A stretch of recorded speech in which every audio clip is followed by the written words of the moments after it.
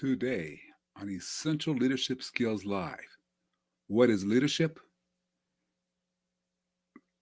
It's the fact that whenever you understand and have clarity, you're better able to create a situation that's win, win, win. And once you start a situation that's win, win, win, you can win as a leader. So on today's episode, what is leadership and how you can use it to be a win, win, win. This is a Touchstone Publishers presentation, your trusted source of leadership knowledge.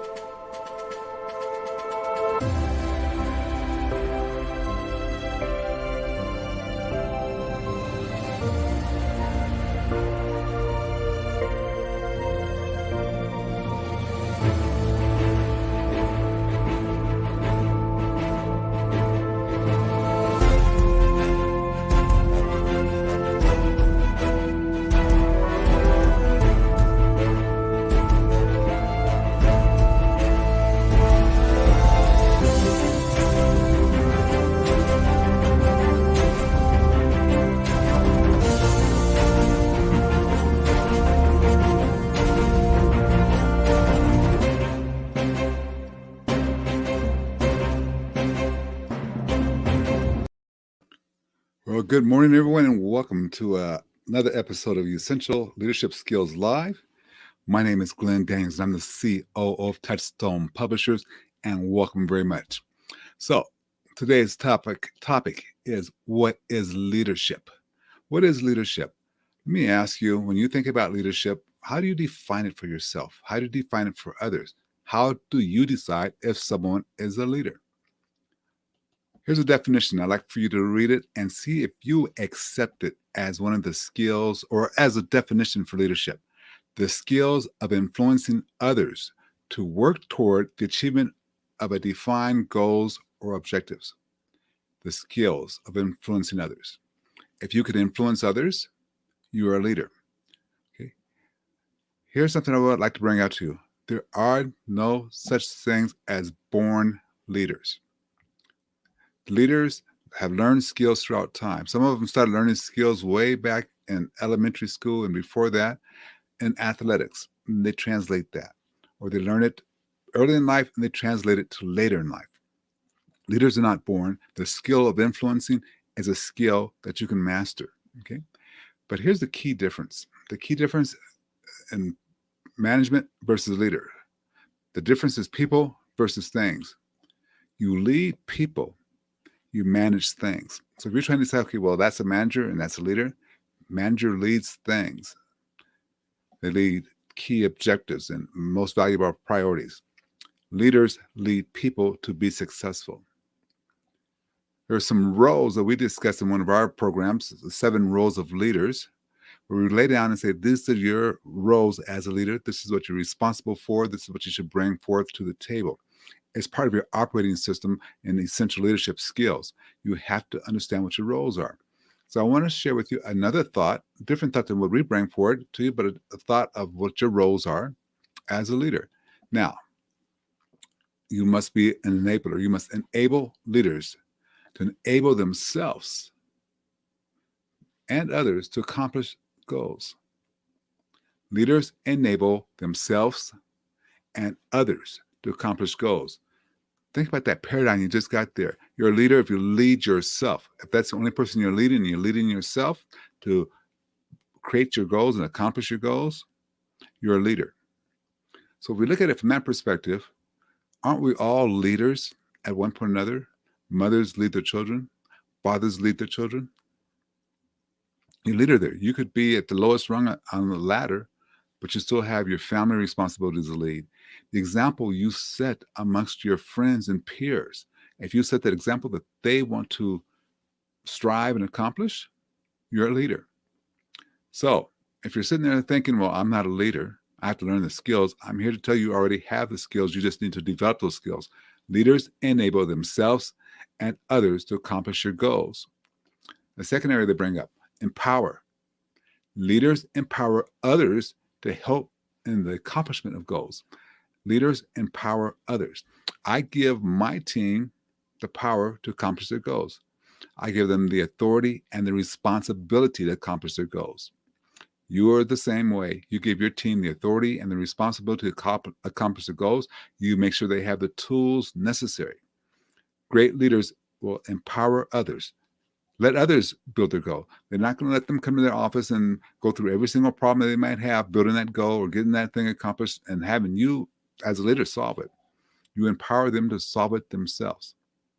This happens when you start to trust. When you start to trust your team, you start giving them powers to accomplish their goals, the first thing they do is they're going to trust you that you're not going to fire them if they make a mistake. Okay. There was a situation I heard where a gentleman made almost $100,000 mistake at IBM. And he knew he was going to get called in the office and he knew he was going to get called on the carpet and get called out. And he fully expected to get fired that day. And when he didn't get fired, he asked his manager, well, that was a big mistake. Why? I thought I was going to be fired. And the manager goes, or the leader goes, I can't. That was an expensive lesson for you. I'm not going to invest $100,000 in you, then dump you. That's just a lesson. That's just your tuition.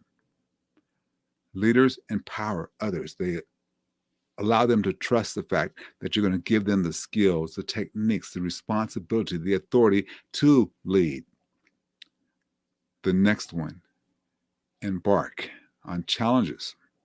Leaders take action by taking on challenges, taking risk, bringing about change. If you're a leader, you're going to take the risk, you're going to bring about change. So as you take a risk, it could not work out, right? You could fail. The question is, how are you going to fix it? How are you going to make it right? Are you willing to take that action? When we talk about your positive, powerful attitude, part of that has been to take massive action. Leaders take massive action. They take on the challenges.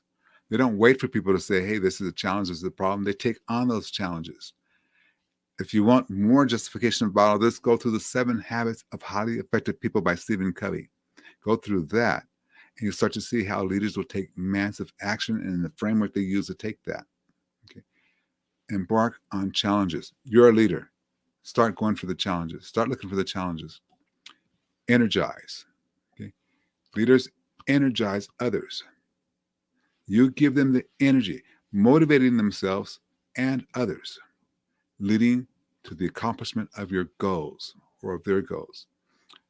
When you have a bad attitude, let me rephrase that. When someone else has a bad attitude and you're around them, doesn't it bring you down, take away your energy? You, as a leader, will need to uplift and provide energy and have a great attitude. It's your example. It's not your telling people. It's your example that motivates people. Okay? Now, when I say your example, I want to make this caution. I've done it before and I'll say it again. Motivating people by your example doesn't mean you're doing their work for them. Okay? This misnomer that if you're going to lead me, you got to be able to do my job at least as well as I can do it. That's not the case. If you're a leader, you're hiring people who are smarter and better at you at this part of the job. Okay? Your job as a leader is to enable, empower, embark, and energize your team and yourself. These are things that just absolutely have to take place if you're going to be a leader that way. Embark, energize, enable, and empower people on your team. This is just the way it's got to be now. Just one last thing. In your development as a leader, are you doing what's necessary to implement this? The morning question for this month is, what are you doing today to be 1% better? What are you doing today to be 1% better than what you were yesterday? That's all I want you to answer for yourself. What are you doing today so you can be 1% better than what you were yesterday? Are you, for example, out of the box thinking? Did you get enough rest last night so that you're fully energized and have a clear mind going in so you can be better off today? Did you get enough rest? Did you, when it came quitting time, quit the job and leave the job alone? Or did you fiddle with it until it was bedtime and then slept dreaming about it? One last thing, you must get proper rest. You must find a way to be 1% better than what you were yesterday. That's all we're asking you to do. So we want to say thank you very much for hanging out with us today. I want to remind everyone that we are here Monday through Thursdays, 9 a.m. until 5 p.m. 9 a.m. sharp, 9 a.m. Eastern Time sharp. We get started at 9 a.m. Eastern Time. Go ahead and join us. We're getting out of our practice phase here, and we're going to start producing this out and letting people know about this all over the world. So we'll start getting listeners to join you. When we do, we'll have comments and things like that as well, and we'll bring in guests. But we'll always stay right around 15 minutes, between 10 and 15 minutes. Okay, folks, thank you very much for hanging out today. We greatly appreciate your time, your effort, and your energy.